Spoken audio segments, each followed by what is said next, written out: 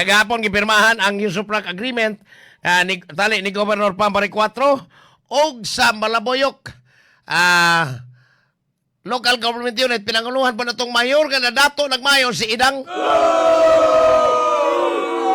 Erlinda Pidad. Iyawag pido, iyaway. Nga matod pa ang maong tambalanan diin mas Peter ay siyam katuig man siyang nahimong kongresista. Wa man ginahimo anis Peter Calderon ay. Pastang pagka dili gyud ni sa Pulpul bright boy man bugado man pero wa ginabuhat is Peter Calderon aning tambalanas Malaboyok. Gapon gi pirmahan na ang Usufruct Agreement tali sa mayor o sa gobernador mo ding sayo kay Governor Pambari 4 dito ni apil sa flag raising ceremony ang Mariano Jesus Cuenco Memorial Hospital aron ma-upgrade ni gikan sa infirmary ngadto na sa level 1 hospital nga pwede na sila maka-opera dito og madugangan pa og mga hospital equipment sa Kapitolyo kay matod pa dugay ni kaining maong tambalanan wa gyud tagdang lalay apil nas Pedro Caldero. Pidaris Peter. Panulis na kiyos gobyerno imong nakatunan Pedro. Pirti pong babuwas baba sa mayor dito sa Malaboyok nga matod pa niya. Kalipay kuno kayo niya nga gi-priorities gobernador wa pa ba og napildi pas gobernador pa silalay para gobernador tuo ba naghapon mo diha taga Malaboyok. Mao ba? Kalipay kuno ni matod pang idang ha kalipay kuno niya nga ang gobernador mo gigiuna ang mga tambalanan kay dili na kuno mabulos gyud ang mga taga Malaboyok og silingan nga mga lugar diin na patambal sa Mariano Jesus Cuenco Memorial Hospital batay ngilngiga. Baka mo daig ni Peter Calderon Mayor Idang. Adto og na upgrade pa ning maong tambalanan. Kaya siguro adto ra magpabalhin si Byron Garcia. Kay gimaltrato kuno siya sa pulis. Balikan tigaron Byron kay murag ganahan pag yung kunin mo tibuok simana ni. Kagapon ang gobernadora gikalipay ni Governor Pambari 4 base sa iyang hangyo sa mga sakop sa Junta Provincial nga human kita hatagan niya og hinabang nga 10 milyones ang General Santos City din naigo ni sa 7.8 magnitude linog ni atong pitsa 8 ni buwana kagahapon dugang na po matod pa sa gobernador nga ihatag ang 10 milyones ngadto sa Sarangani Province laing 5 milyones sa Davao Occidental og laing 5 pod ngadto sa Davao del Sur og 5 milyones ngadto South Cotabato onya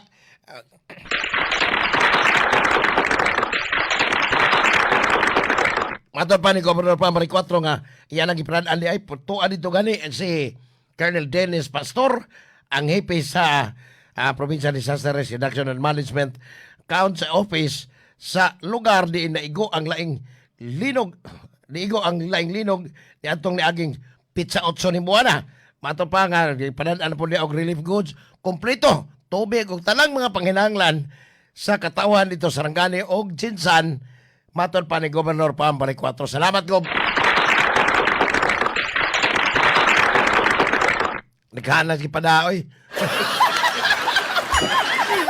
Matod pa ni Governor Pambari 4 nga kini agi na lang ni hinabang nga diin ang General Santos City kaniadto atol pod sa linog ni atong September 30 niaging tuig daghan po kay sila hinabang nga gipadaan sa Sugbo gawa sa financial assistance doon na pa'y mga personnel gikan sa disaster team sa Jinsan nga matod pa ni Governor Pam dako kay natabang ang mga personnel gikan sa maong lugar aron ang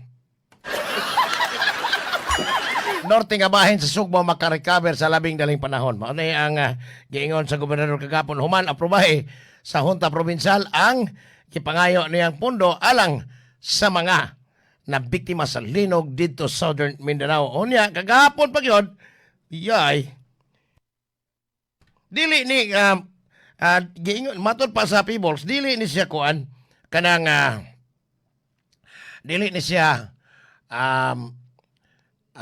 kanang aftershock kagapon ni Igo na po ang 6.6 size punto size ang ikusgon sa Maulinog dito sa lungsod sa Governor Generoso Davao Oriental mga alas 5:18 kagahapon sapon. Steng paita. Hangtod ni mga oras wapay nakita nga wapay reported nga damage ug do na pa mga nadisgrasya ni maong linog kay matud pa layo ni dito ni dagat mga 90 kilometros ni gikas baybayon ang linog nga ni Paka na pod dito sa Davao Oriental. Basta nagana ang nakaayo lang nini gawa sa provincial government nagpadana pod namutos na pod ang upaskor pinaagi sa ilang chairman nga si Attorney Tomas Riveral pinaagi sa iyang USAPA kaning United Social Amelioration Project and Program Assistance namutos sa sila og mga relief goods ngaron ipadaan dito sa Alabel Sarangani. Matud pa nga ang maong pagpamutos nila hantod karong mga orasa posibleng magpadayon pa ang daghang kayong hinabang nga ipadaan ngadto sa unang naigo sa linog ni atong Pizza Otso. Matay ilaha tingala ning kwarta sa Pasko ra tingay ni.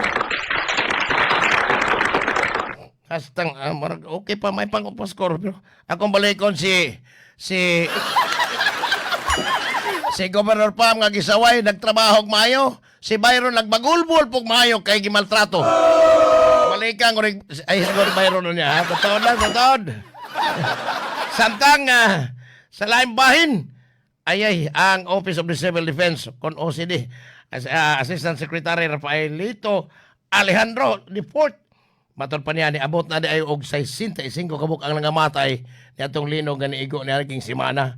O niya matod pa doon na pa daghang mga missing nga matod pa sige pa nilang giukay gikoy-koy adto mga nangatumbang building nga matod pa wa nay signs of life. Matay pa ita no luya pod.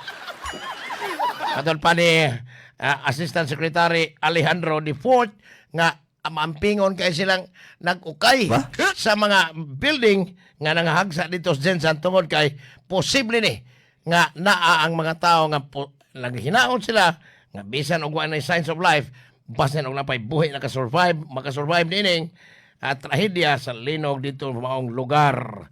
Samtang di ay uyay iya may kaluhang Byron nga abogado no ne kaluhan ang Korte Suprema kagahapon ni pagawas og kamanduan nga nagsuspenso ni Attorney Jesus Falsis balik usa ka tuig. Ayoy. Kani wano ni preso ni parang Byron. Mao ba? Nagsuspenso ni Attorney Jesus Falsis balik usa ka tuig tungod sa iyang bastos mo kay baba. Byron. Byron of the higher level.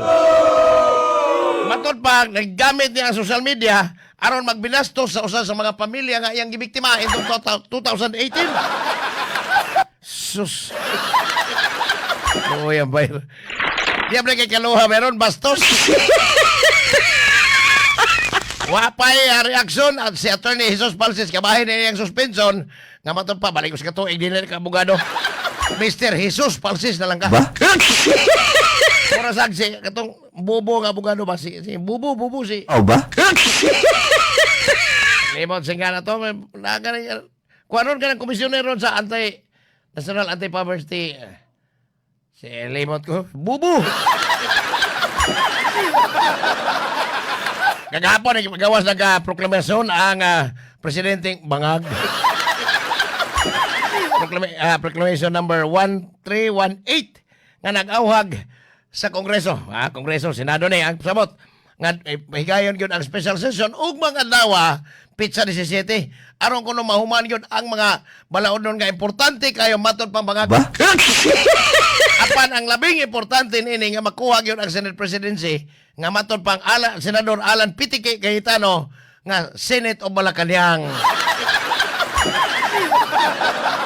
Kay matud pa delikado kayo nga ang maong presidency sa Senado adto sa grupo nilang Cayetano kay basin unyag maukay ang mga baho sa flood control insertions gikan sa anak nining si Andoy Marcos nga kongresista Nagiingon sa mga ex-marines katong gihulagway mga kargador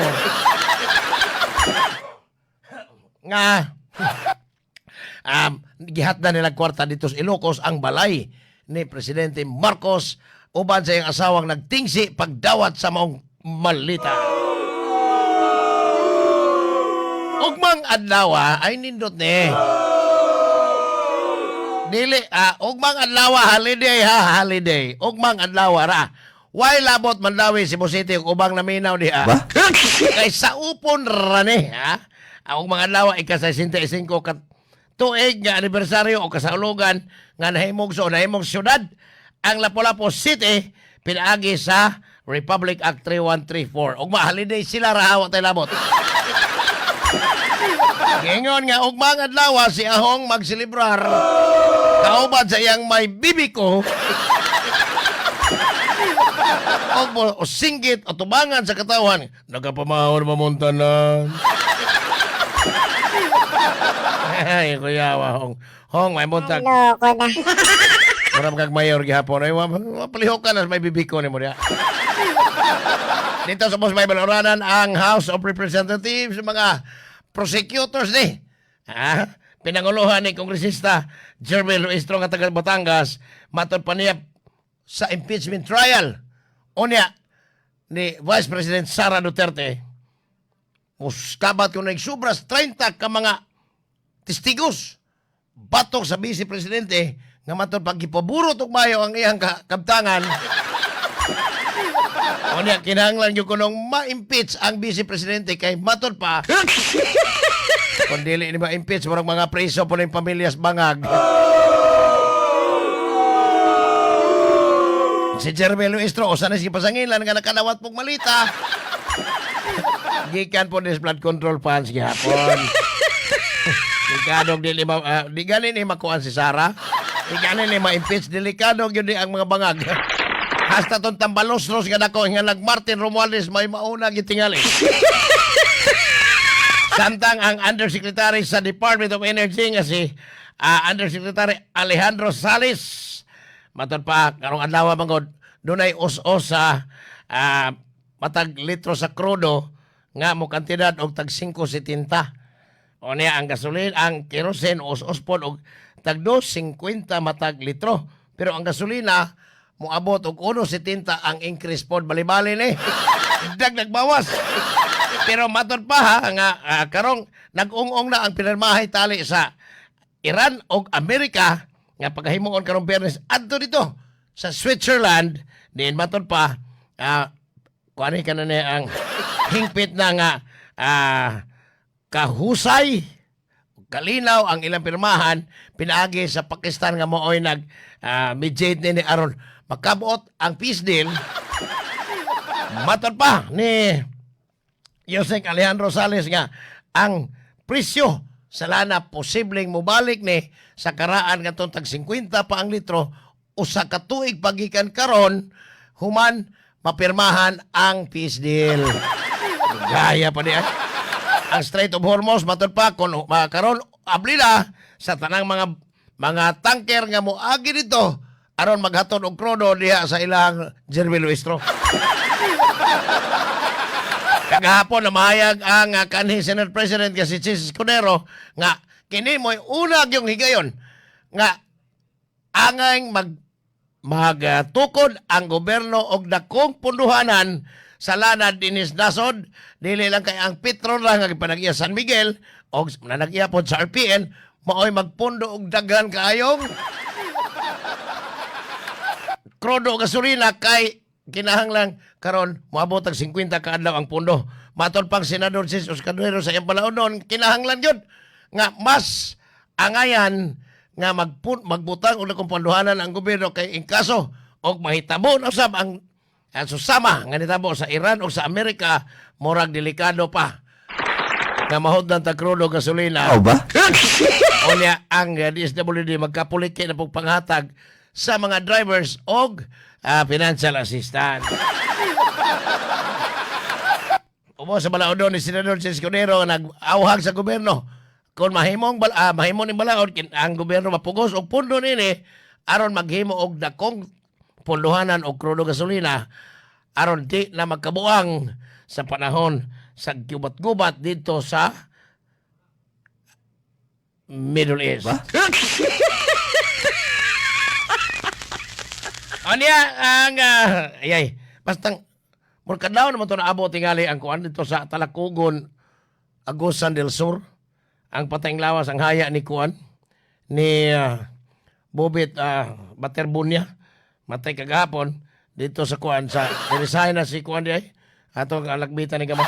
Dinisign ni si Tabaldwin as head coach sa Ateneo Blue Eagles. Dito sa kauluhan, ipaibaw na unya si Father Robert Yap. Mo'y nangay pasaylo sa katauhan unya. Dito sa, kagabi dito sa kuan sa Ateneo de Davao, gihimo ang saan nila, sa Ateneo de Davao nga ang mga manghod ni Bobit Paterbonia, hatagan yun, og scholarship, full scholars sa maong eskwelahan. Kini human o si Paterbonia, usa sa mga nigraduar sa senior high school dito sa maong eskwelahan. Kagahapon ni duso po og resolusyon sa ang Senate Committee on Sports Chairman Senador Bongo aron imbestigahan ang nahitabo niining duha ka mga atletang si Bobit Paterbonia og si Divine Adili katong foreigner nga namatay nalumos kauban ni Paterbonia kay matud pa ni Senador Bongo kinahanglan nga masayran gyud nganong unsay hinungdan nganong nga lumos ning duha ka mga atleta nga giingong gida sa Ateneo Blue Eagles coach nga si Tab Baldwin. Matod pa sa senador nga importante ang team building sa mga players unta apan kinahanglan nga protehian ang mga atleta sa maong matag institusyon nga dunay sports program aron malikayan ang susamang trahedya. Si Senador Bongo o ang si Bobit Martirbunya parehong graduado sa Ateneo de Davao. Okay? What if, karon tatawad, what if si Vice President Sara di ma-impeach? Enkwentro ni sa parehong Vice President. Kay posible man Leni Robredo versus Sara Duterte in 2028. Ato ni nga. Mao ba? Ato ni nga paningkamoton niya makontak ni mga pero og di gani arsa ta hinabangon lang sa